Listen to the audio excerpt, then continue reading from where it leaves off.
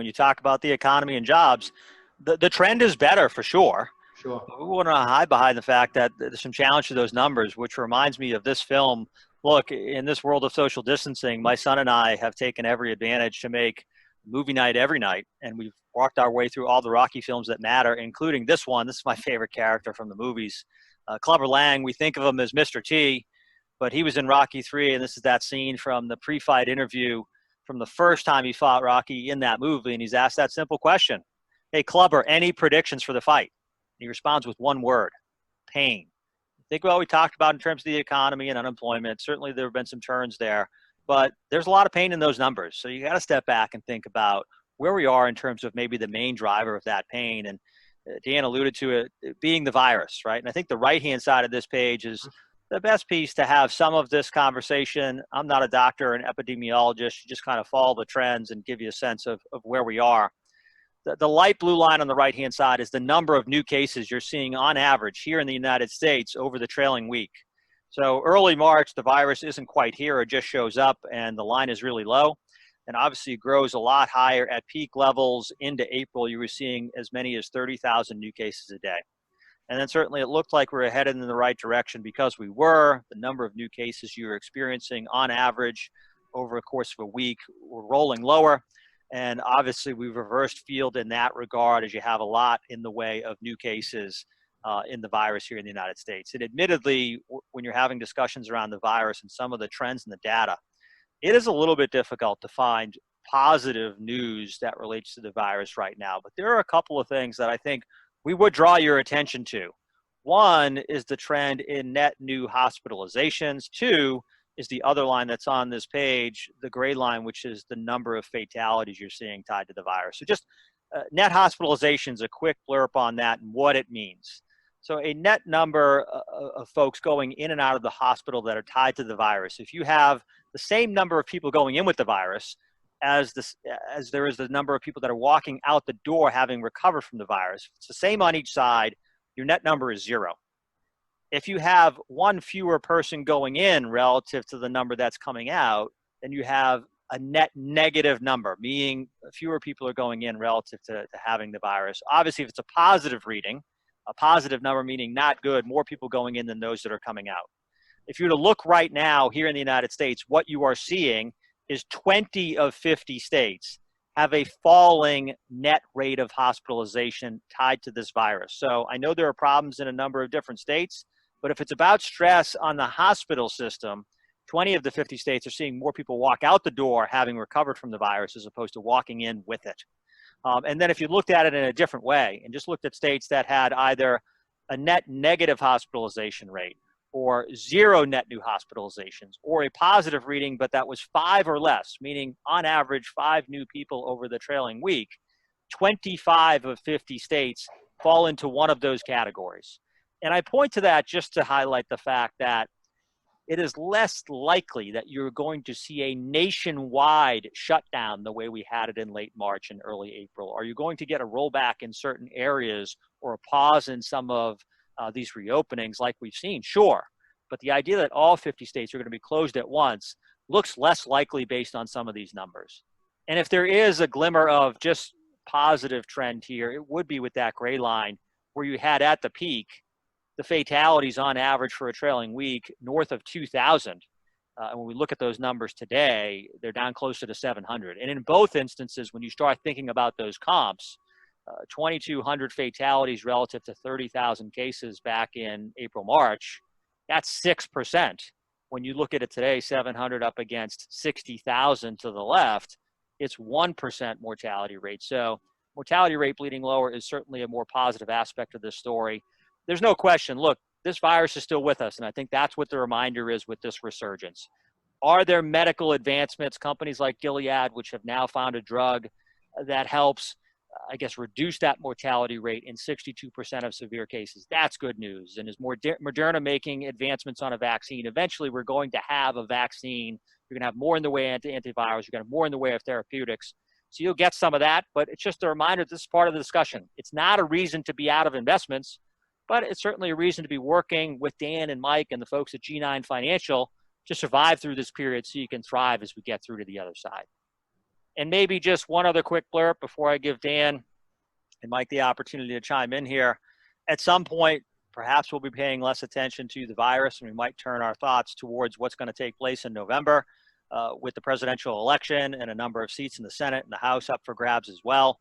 Just some quick comments there. If you go to any of the polling systems online, 538.com, realclearpolitics.com is another source. What you're going to find is in the presidential race, candidate Biden, relative to President Trump, has about a 10 percentage point lead. I think it's more like 9% now. Back in 2016, Trump was behind at this stage, but by a much tighter margin, only down by 2% as opposed to the 10 percentage points he sits behind today. If you look at some of the states that matter, and I say they matter in the context of the Electoral College that are likely to swing this outcome, back in 2016, many of those margins were similar to the national numbers at 2%, meaning they were well within the margin of error. So that election at that stage was incredibly close. Not that this one isn't close, but in many of those swing states that do matter, you're seeing margins that are greater than 5%. So if you look at betting markets that put odds around these things, it's looking more and more likely that you might have Joe Biden as the next president of the United States. Further, it's almost a given that the Democrats will have control of the House of Representatives. And the third leg to that stool or conversation is, might they gain control of the Senate? And you're starting to see percentage odds based on the polling, and any of this stuff can change. You're starting to see percentage odds show that they're going to gain control of the Senate as well. A lot can happen between now and November. I never know, who's on a line like this and what our political thoughts are. If you have anxiety around that potential outcome, Democratic control of the White House, Democratic control of the Senate, Democratic control of the House, we just remind you that we've had that experience before. Top portion of this page is looking at the stock market. Bottom portion looks at the U.S. economy. If the line is blue, or if the bars are blue for the economy, it means that composition: Democratic president, Democratic control of the Senate, Democratic control of the House.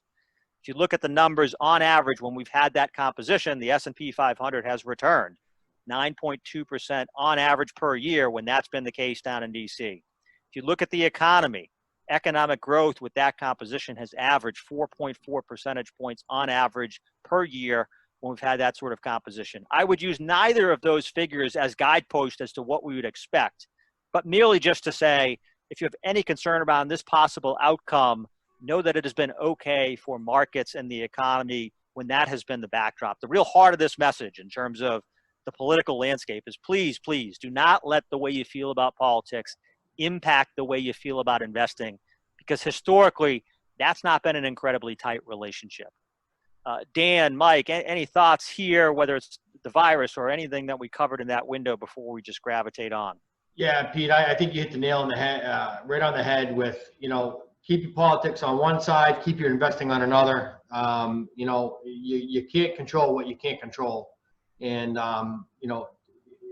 stick to your plan. In essence, stick to your plan and don't worry about what the politics are the politics, and really try to keep them separate. And the other point is that this COVID-19 and this situation that's going on, we're not out of the woods yet, but we have to continue to plow forward. Mike? I think you're good. All right, perfect.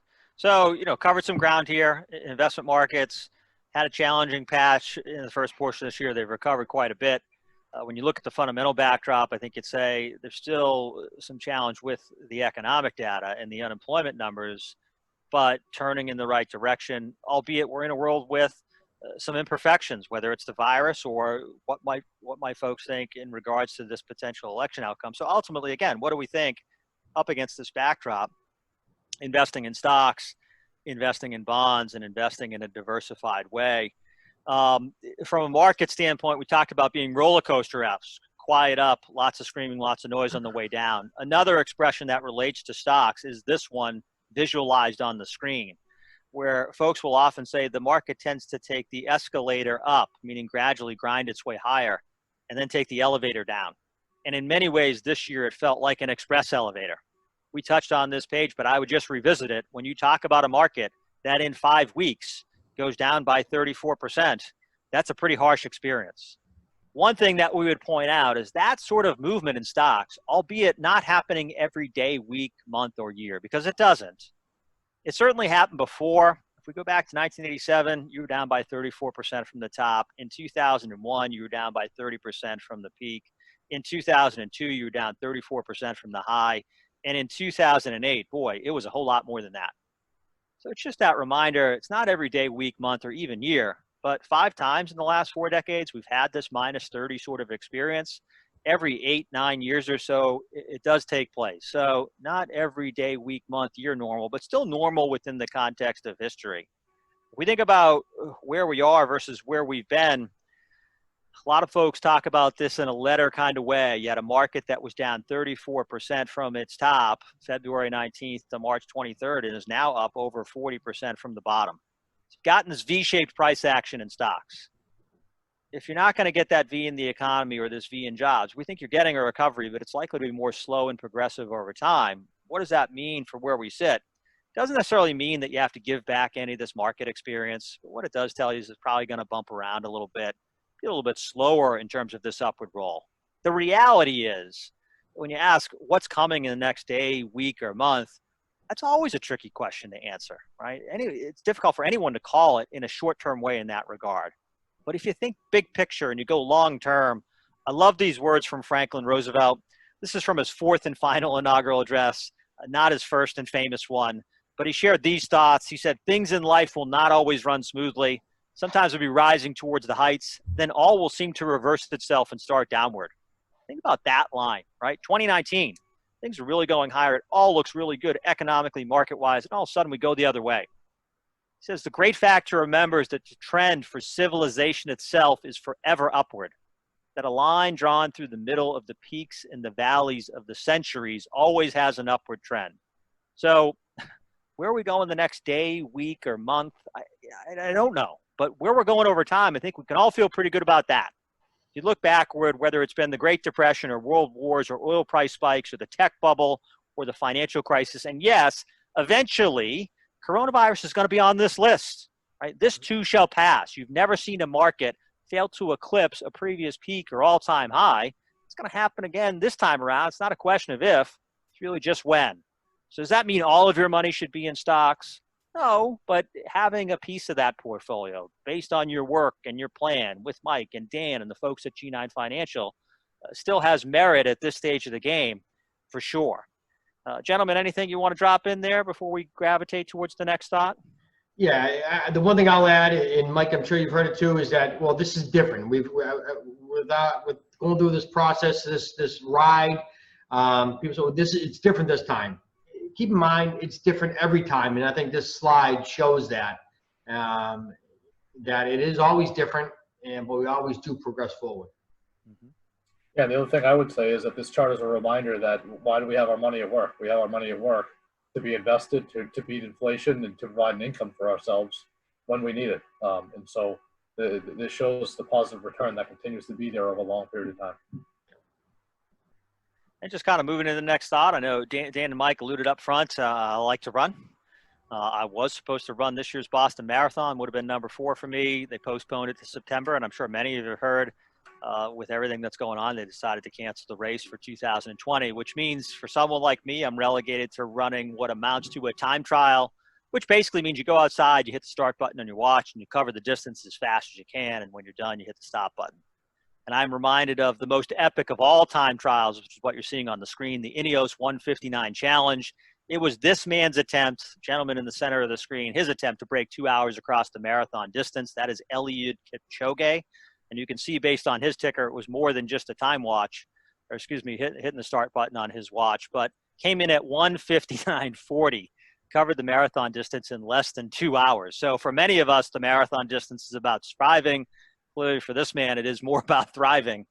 When you run the marathon, look, he's a great runner, but he certainly had a few things that helped him in thriving, right? He had special shoes that were put together by Nike that cushioned every foot strike. He had this group of runners that is behind him in the visual, but throughout his run were weaving in and out in front of him to help protect or shield against wind resistance. And then he would have someone roll up on a bike and give him a little bottle of fluids to give him a little boost when he didn't have as much energy perhaps. And I think the question would be, what do we have that cushions, that protects, that gives us a little bit of boost to assist in surviving and thriving investment-wise? And that is oftentimes the bond piece of the equation. I alluded to this up front. When you're investing with Dan, investing with Mike, you have diversified portfolios of some kind, depending on your goals and objectives. you will have money that's likely allocated towards the stock side of the equation, which can move around more, but perhaps has more return potential. When you look at the bond side, it tends to offer more in the way of stability. And the only thing I would really drive your attention to here, same sort of framework we used for stocks, but it's the last 4 decades in bonds and just the broader U.S. bond market. Just look at those gray bars. How many times on a calendar year basis do those gray bars for the year end up lower? Meaning, how many times do you produce a negative return? We've got one here in 1994, another here in 1999, and then a third here in 2013. But that is it. That's the list. Only 3 times in the last 40 years have you seen a negative number out of the bond side of the portfolio in a quality, diversified way. Said in another avenue, 37 of the last 40 years, you've gotten positive returns out of bonds. That's over 90% of the time, and it's happened again this year. Now, obviously, they don't return as much, but it is a way to cushion, protect, or provide ballast across a broad mix of investments. And I think, look, when you're working with Dan and Mike and the folks at G9, it's never about putting it all in stocks or all in bonds. It's not an all or nothing thought process, but it's always about the marriage of the two. And I think the importance of surviving is stressed in that visual of this marriage. This is up top, 3 different portfolios. Green line is the all stock thing or the S&P 500. More difficult period, not just what happened this year, but going back to the financial crisis from its peak in 07 to the bottom in 09. That green line, the all stock thing, the S&P 500 by itself was down 55%. Okay, if you were in the dark blue line, which is 40% stocks, 60% bonds, you're still down, just not as much. If you're in the light blue line, 60% stocks, 40% bonds, down, but not as much. I don't know if that's really the core of this thought. The heart of the message should be this. The market is down 55% off of that low. The dark blue, the 40-60 thing, 40% stocks, 60 bonds, it's back to even in 8 months off of that bottom. The light blue, the 60-40 thing, 60% stocks, 40% bonds, back to even in a year and a half. All stocks would have taken 3 years. So being diversified in some way, having a mix of stocks and bonds can certainly be beneficial to surviving and hopefully thriving in what can be difficult periods. And I think what you're really saying here is, boy, can we just do whatever it takes to avoid being the orange bar? What's the orange bar? It's the average performance of a mutual fund investor over the past 20 years. And you're probably sitting there and saying, how does that happen? Stocks do more than that. The 60-40, all these other bars are producing higher returns, yet the average mutual fund investor does only 2 and change. Were the funds that bad? Has almost nothing to do with what the funds did and everything to do with what those investors did. Essentially, when the portfolio went down, what do you think happened? They said, I can't take this anymore. Get me out. In essence, they tried to time the market. And I think you've heard Dan and Mike say it already, but the importance of sticking with the plan and staying invested over time, more important than ever in times like these. Just to sort of stress that example, it's the last 20 years in stocks on the screen. Okay, over that 20-year period, if you bought and held just the stock market, just as an example, returns about 6% a year over those 2 decades. If you said, I don't know about the economy, I don't know about the jobs market, I don't know about these headlines, I'm going to sit this one out for a little bit. If in doing so you miss just the 10 best trading days, that return gets lopped in half. It's not 6 a year, it's 2 and change. If you step aside and you miss the 20 best days, you're not making any money. And after that, you're actually losing dollars investing in stocks if you're missing more than the best 20 days. And I'm sure you're sitting here listening. I know right now we're all muted. Well, Pete, that's great, but I'm not getting out to miss the best days. The whole point is to miss the worst ones. And that is always the trick. If you look backward over the last 2 decades, 6 of those 10 best days occurred within 2 weeks of the 10 worst ones. And I would just tell you, it's happened again this time around. If you went to March 16th of this year, the S&P 500 on one day was down this number, 11.98%. Fast forward 8 trading days later, March 24th of this year, the S&P 500 was up this number, 9.5%. So this was the 3rd worst trading day in the history of stocks. That was the 9th best. If we left because of what happened on the 16th, we'd have missed all the good that happened on the 24th and all the good that has happened since. Being diversified can certainly help you survive. Do what you can to avoid being the orange bar. But ultimately, what allows you to thrive is this. Plan to stay invested and sticking with that plan because it translates into the better investment experience. Dan, Mike, any additional comments in that direction before we kind of move to some of the closing thoughts here?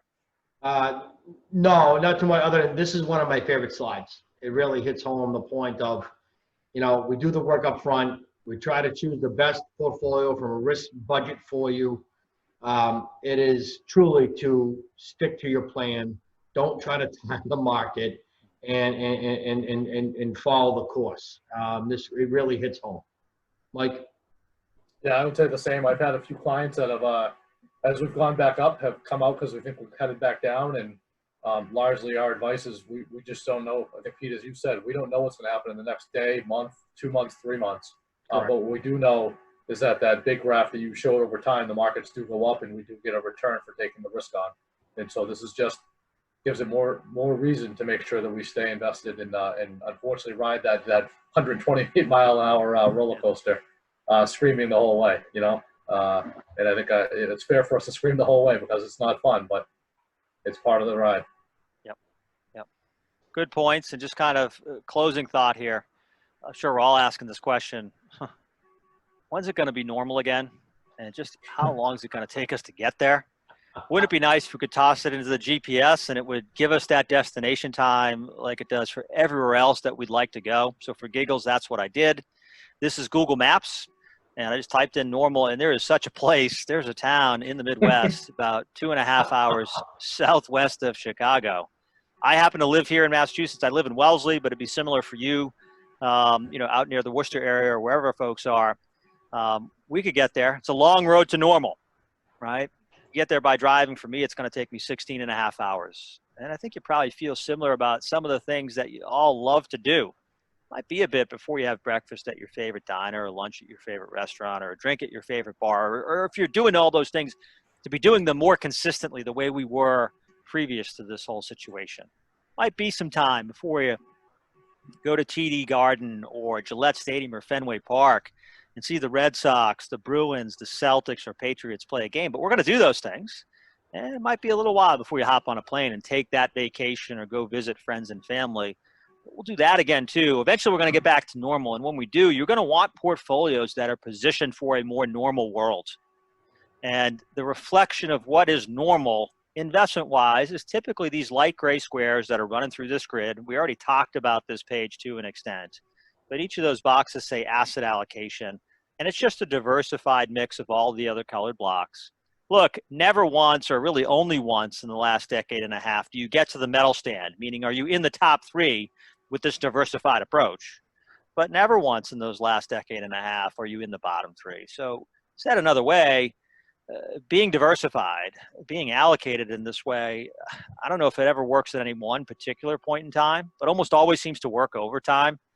Look, there's a lot of colored blocks on the screen. There's some cash in purple. There's stocks in green. There are bonds in light blue and smaller stocks in orange and international stocks in gray or purple. What percentage of my money should be in these things? And again, that's why you work with Dan and Mike and the folks at G9 Financial to ultimately determine the right percentage of your investment portfolio that should be in any of those kind of areas. And it comes back to what are your goals, what are your objectives, and ultimately what you're trying to achieve. So that's some of our broader thoughts, prepared comments. Mike, Dan, if you have anything here, I'll let you step in. Otherwise, we can open it up to some questions. Yeah, so thanks, Pete. This was, again, always fantastic. For those who would like to ask a question, we have the chat and the Q&A buttons at the bottom of your screen. Feel free to throw a question in there. And as we're gathering a question or two, again, the theme of today's conversation is how to survive and thrive investing in a pandemic. We hit on a couple of those, have a plan, stick to the plan. As things change in your life, adjust your plan accordingly. Don't adjust your plan to things that are out of your control, such as a presidential election. Mike, anything else, such as taking advantage of opportunities, Mike? You want to speak to that, please? Yeah, I think and largely we saw that early on. As Pete said, we had such a V-shaped recovery that there were a lot of conversations around taking advantage of the opportunity when the markets were down. That is when you can certainly time the market a little bit, knowing that there has been a sell-off and that we expect a recovery, whether that's going to be as quick as it was within 5 to 8 weeks, or if it's going to take 6 months to get there. And so I think we actually had a question with what do we do with cash on hand. And I think where we are today, cash on hand is the same part of your plan as it's always been. If it was on March 24th, we might say, let's get that thing rocking and rolling or increase your investment risk. But as of today, the markets are somewhat flat and we don't know what's going to happen over the next 3 to 6 months. Right. So I think cash on hand would be the same sort of conversation dialed into your basic goals. If you got more than you need, you can get that working. You might put that in on a monthly basis instead of getting that in as a lump sum. But it could be that you pay down an equity line. It could be you pay off something else. Those are conversations for us to have with you, whether to get that invested or not get that invested and where to put that. Right. Depends on what your goals are and if you need it or not in the short term. Right. So I think a question like that is specific to one's current situation. That is not an answer that is a generic. It's not a generic answer is not appropriate. It is a customized solution to one specific situation. And with that, please, folks, be sure to reach out to myself, Mike, any one of our other 2 advisors, which we have a new advisor to our team, Elisa Chan, who joined us through this pandemic, and also George Goulis. We work as a team here at G9. We're more than happy to help you any way we possibly can. In addition, as far as surviving and thriving through a pandemic is, take care of yourself, physically and mentally. The last 3 months has been pretty stressful for many different reasons to many of us. Be sure to invest in yourself and take care of yourself from that perspective. Mike, you want to just talk about estate planning and homeowners? Yeah, we've if you followed us on Facebook or LinkedIn, please continue to do so or hop on those. We've been doing some videos with some of our preferred partners, and those are 2 areas where we've seen quite an uptick. Is people taking advantage of the time to do their estate plan and something they put off or revamp it. Obviously, we're seeing some pretty ill things happening around us, but clients have really taken that to heart to say, I need to make sure if something happens to me that my spouse, my kids, my beneficiaries have a plan in place that they know they can go and get done. And so take advantage of the crazy roller coaster ride to do something in a positive way, and fixing or updating your estate plan or even your accounts with the right beneficiaries is a great way to tackle that. Absolutely. Absolutely. With that, if there are any other questions or concerns that one may have, please feel free to reach out to us. Whatever we can do to help, and for those who are chiming in here on the chat, we'll reach out directly to you to answer those questions specifically for you, to give you those customized solutions. Pete, any closing remarks? No, I mean, I think, maybe just rehashing some of what we covered here. You talk about markets being roller coaster-esque, quiet up, lots of screaming, lots of noise on the way down, with that general theme around surviving and thriving. You certainly survived through a bouncy stretch early portion of this year between February and March, one of the harshest drawdowns we've ever experienced. Going through that in a diversified way, in a balanced way, probably helped smooth out some of it, but it was still pretty dramatic drawdown. But when you talk about sticking to the plan, already back to where you were on U.S. stocks and pretty much near there with the diversified portfolios. Is the fundamental backdrop perfect? The economy's heading in the right direction, but still dealing with some things. The unemployment rate is still elevated, but heading in the right way. So I think the trend is right, but we're going to work through some of that. Obviously, things that can derail us. The virus is the big headline. Eventually, you're going to get more positive news there, but that's still with us, right? We're not out of the woods, and we might talk about the election, but again, historically, there's not been a tight relationship. Don't let that, how you feel about investing, impact the way you feel about politics.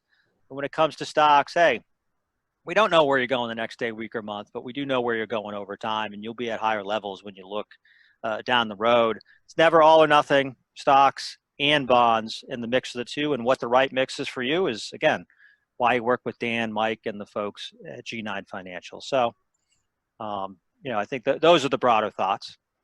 Awesome. Well, Pete, thank you. Mike, any closing remarks? No, thanks, Pete. Always great as usual. Dialed into sort of the key components right now, and really appreciate your perspective for our clients. No, absolutely. I would agree with Mike. Pete, thank you so much. And I'll leave everyone on this. You know, the U.S. economy is pretty resilient. We'll get through it. We'll get through it, and we'll come out on the other side in a very positive manner. The ride's not always smooth, but we will get through it. So with that, I want to thank everybody. Hopefully you enjoyed this presentation. We do intend to do more of these, but by all means, any questions or concerns, reach out to us through calling the office, visit us on the web, g9financial.com, and any one of our advisors, myself, Mike, George, Elisa, or any part of our team, more than happy to help any way we can. Thank you all for your time today. Thanks, folks. Thanks, Dan. Thanks, Mike. Have a good night. Bye-bye now. Take care.